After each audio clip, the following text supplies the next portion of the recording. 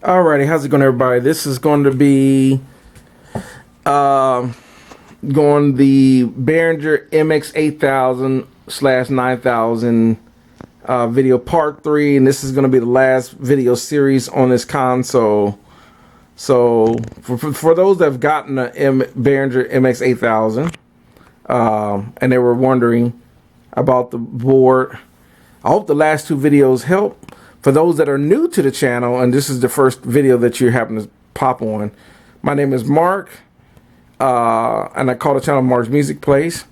But I do have a lot of other videos that you can actually go through in case you might be interested in one of these particular subjects. And also, if you do subscribe, definitely hit the bell. It'll let you know when I'm posting a video. And also, at the same time, please write some comments and a thumbs up. It all helps the channel. So with that being said, what I want to do this last part of the video, I'm just going to talk about the features of the board, and just to walk through the board and the functions in general. So I'm going to start with a particular channel. Now, this board has 24 microphone preamps, and if you have a condenser mic, the phantom button to engage mics that have phantom power is right here, and they're in groups of 8. So this phantom power button activates 1 through 8. Then this phantom power activates 9 through 16. And this one activates 17 through 24. On the back of this board, there's the mic input or the XLR inputs. There are the line, the TS or TRS tip reading sleeve, which is basically 1/4 inch jack inputs. There is a direct out on each channel and an insert. Now, at the top of the board, this button, this channel, we're just going to talk about channel 1, and they're all mirrored. They're identical from channel 1 all the way to 24. Channel 1, this is the volume control for this is the volume control for the preamp. And then there, right here is a flip button.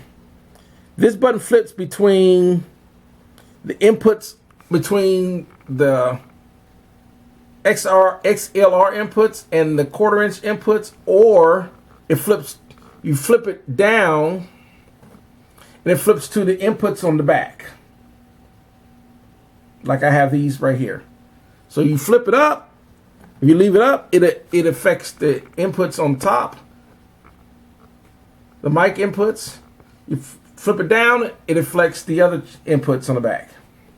This also, when you flip it up and down, it affects between the main channel fader here and the mix B section, based on how you flip this button here. So the next section is definitely your EQ section, and how your EQ section is laid out is all highs are fixed to 12K shelf. Then there is a what you call a mid-high boost volume right here. That's the boost or cut volume control for that, for the sweepable mid-high here. And this is the boost or cut volume level, dB level, for the mid-low. And this is your frequency selector for mid-low here. And then there is low, which is fixed to 80 hertz. Now, certain boards might be fixed to 100 hertz. But this particular board is fixed. So the next section is the button where you can engage the EQ. You can engage the EQ if you want by pushing the button down, or if you don't want to use EQ, you leave it up. And then there is a filter section, which is a 75 hertz filter. So if you push it down, anything below 75 hertz will be cut off. So it just depends on the board. Some boards have 100 hertz cut off. The next section is your auxiliary sends, and there is auxiliaries 1 and 2, and then you can actually go pre or post. if you want to go pre, you just push it down. If you push it down, what that does is the fader will affect the auxiliary send volumes. So if you bring the main fader down, it'll affect the auxiliary send volumes out. Okay. If you bring the post up, you leave it up in post. So I'm sorry, if you push it down and put it in pre, if you push it down and push it in pre, when you send out the sends for auxiliaries 1 and 2, the fader volume will not affect those volume on those two auxiliaries. But if you leave it up and leave it in post, then the position of the fader will affect those auxiliary send volumes. All right. You also have 3 and 4, but you also have 5 and 6. 3, 4, and 5 and 6 are shared. It's just all based on by pushing this shift button here. You push it down, it switches to auxiliaries 5 and 6. You leave it up, turns it back to 3 and 4.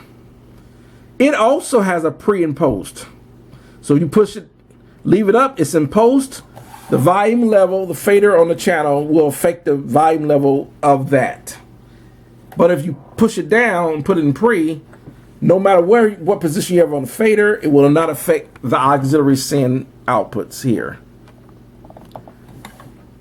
Now, one more is, if you were trying to switch between the main channel, to use the main channel here, or where you're on a mixed B channel, and you want to use the auxiliaries 3 and 4 to work on the main channel, or you want to work on the mixed B channel, all you got to do is hit this button right here.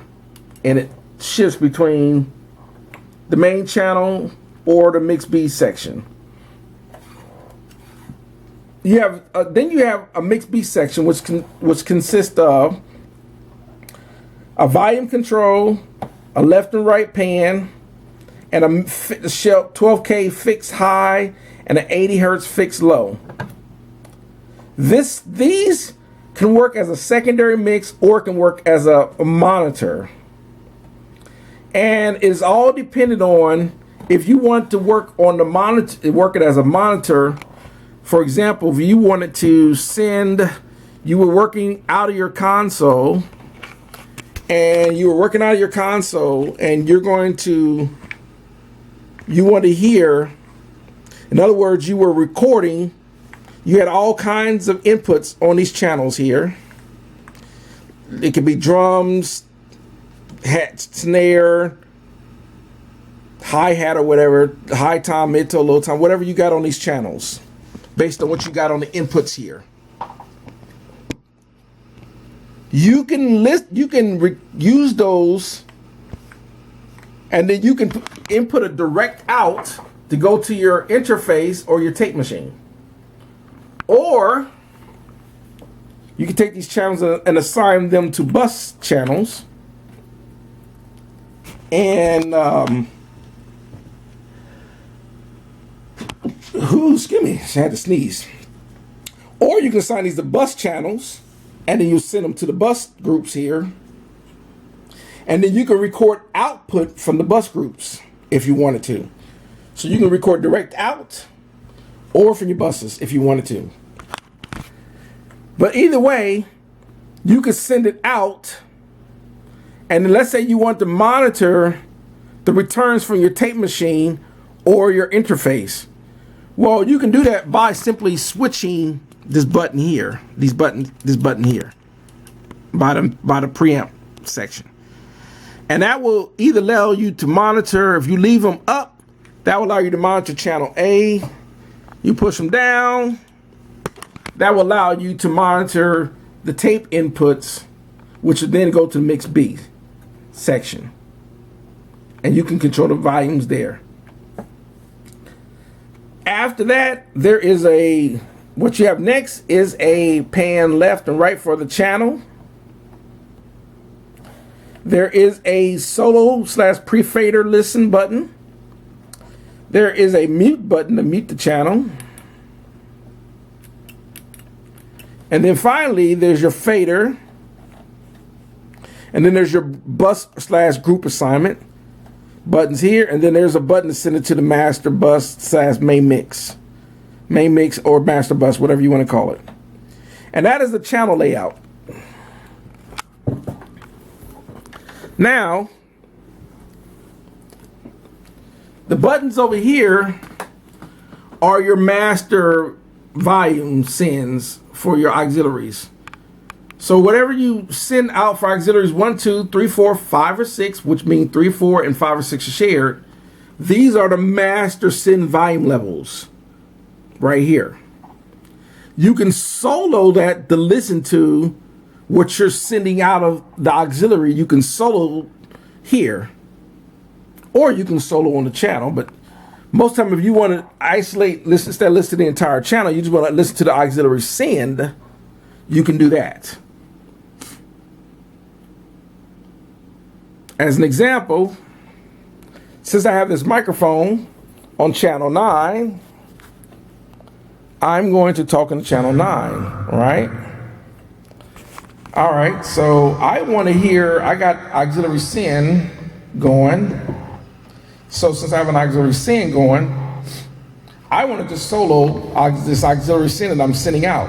So I just solo that, and I can hear the solo of that.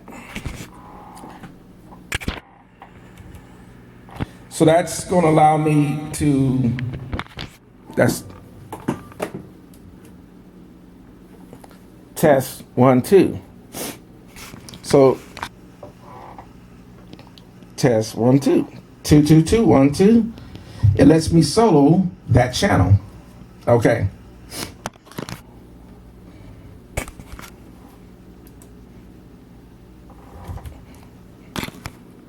All right. So, all right, okay. Now, these are your auxiliary sends right here. And I can solo the signal that's being sent to the auxiliary here.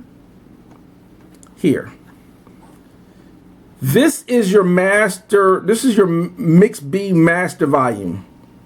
You can use it independently, or you can blend it with the master mix by pushing here. Okay? These are your auxiliary returns. You can assign your auxiliary returns to the master here on 1 and 2, or you can send it to a bus group if you wanted to by pushing these. 3 and 4 can only go to the main mix or headphone mixes. So the object is they want you to use 1 and 2. They want you to use 1 and 2 to be sent to like effect units, and then they want you to use 3 and 4 to be like auxiliary sends that go to like headphone Q mixes.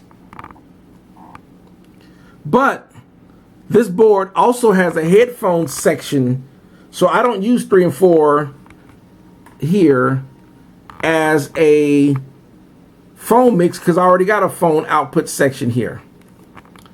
And the phone section can allow you to send, you can send to your control room. It'll let you hear volumes from your control room, or it'll allow you to hear control rooms from your mix B, or you can hear from auxiliaries 3 and 4 or 5 and 6. Or you can actually hear headphone mixes from an external source. You can also solo your headphone mix. Okay. So these are your returns. And then of course 5 and 6 is just very, very basic. You know, you just, whatever, you switch to 5 and 6, you just get a 5 and 6, and it's going to automatically default. It automatically defaults to the master out. Now, you have your monitor section right here. You have your studio room volume here and your control room volume here. So if you were going to run a set of speakers to like a live room, that would be your volume level control. Then you have a control room volume here, control here. Then you have your speaker assignments or listening assignments. You can listen to the channels if you want to listen to what's coming off the channels. So if I undo this, if I talk in this microphone right now, as I got on channel 9, I'm talking on channel 9, it's unmuted, all right? I'm talking on channel 9 because you can see I got signal. I'm talking, but I can't hear anything. Reason being, I have to assign it to the monitoring section by pushing the main. There we go. Now if I push, there we go. So if I push the main, there you have it. So I'm gonna bring that down some. So there you have it. Now I can hear the speakers. Okay, I can hear the speakers now. I can hear the speakers now because I engaged here. I may want to also hear my mix B through my speaker system. So I can go ahead and engage speaker here. Let me turn this down so it don't be too loud. All right, now I engaged mix B if I'm going to use it as a secondary mix and I want to hear it through the mains. All I got to do is now just undo that and I can push that. Turn the volume up and I can still hear it through the main even though I turn my volume up. I can turn my volume on the channel up here. But I can also hear the speakers because I hit the mix B. So that makes sense. Okay. So, yep. Let me turn this down some. All right. So I engaged that. Now I can hear the mains. I can hear the mains by engaging that. I can hear mix B if I want to at the same time, or I can hear them independent of each other by I turn that up, and I can hear the main B or whatever the case, or I can take the main B and send it to the main master mix as well, and there you go. So it just depends on what you want to do. Then you have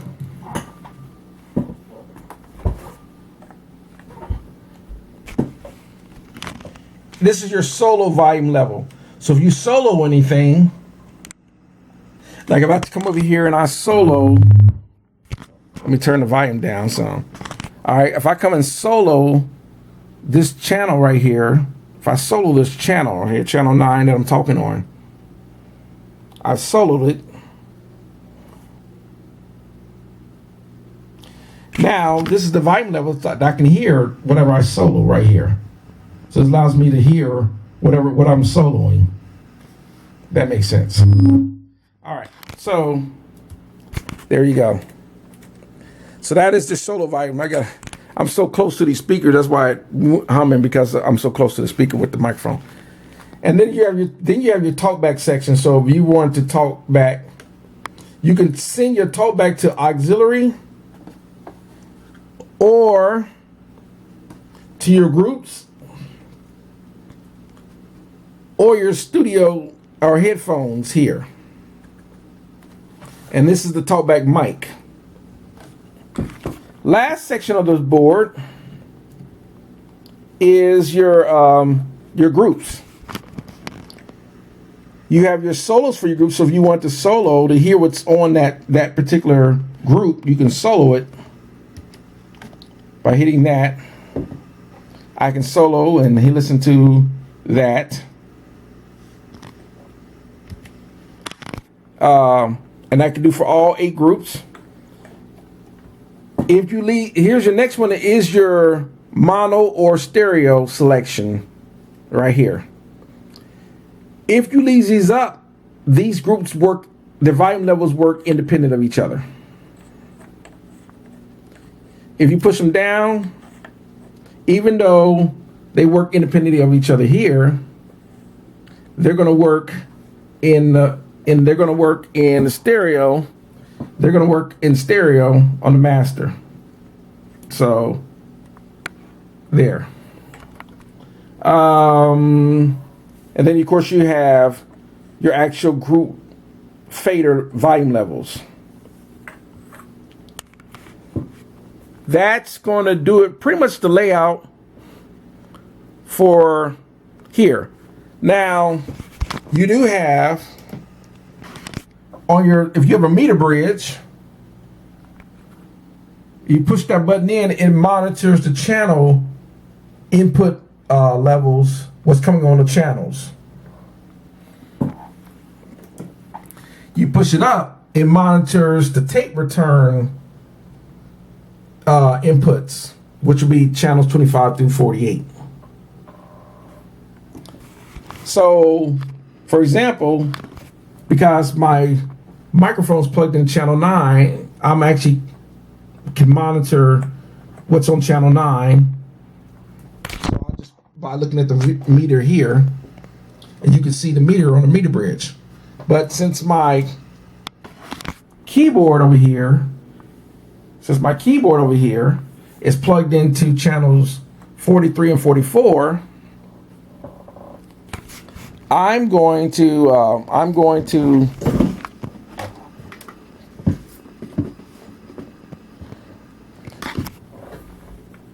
all right, so now I haven't selected the tape return monitor, and you can see the meters there.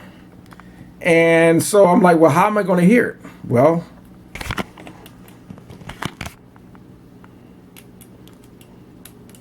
so I'm going to bring these up.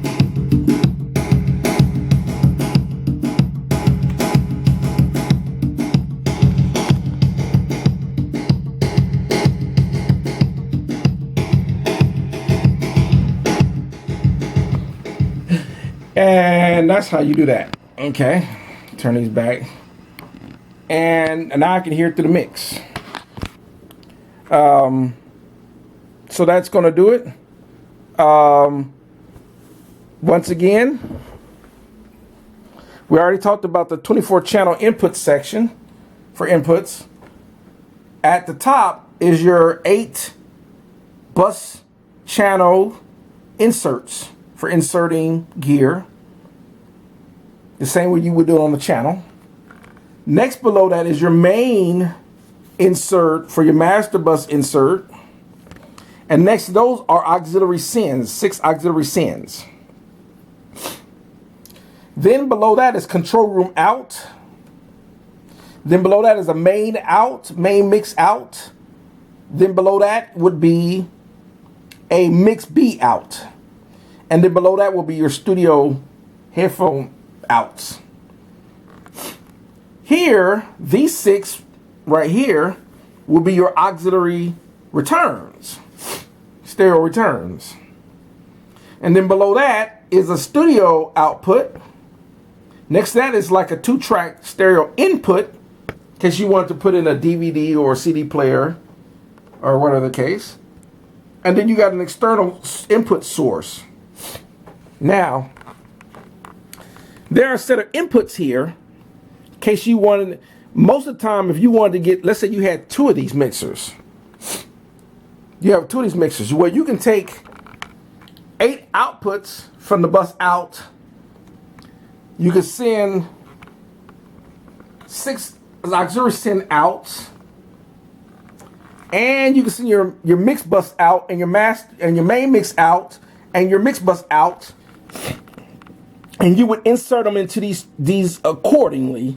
And that's how you can slave or attach or extend another mixer like this to this console. That's what those would be for.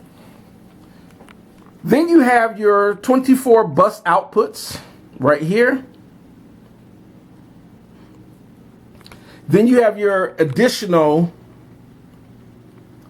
24 inputs, 17 through 24, 25 through 40. Not 17 through 24. I'm sorry, 33 through 25 through 32, 33 through 40, and then through 40, then 41 through 48 here. These buttons right here are your your negative 10 dBu or 10 dBV, or if you leave it out, leaves it to 4 plus 4 dBu. So that is the features. That's the layout of the console. And that should really do it on the layout of the console. And that's going to do it for this video. Thanks for watching, and you have a great one.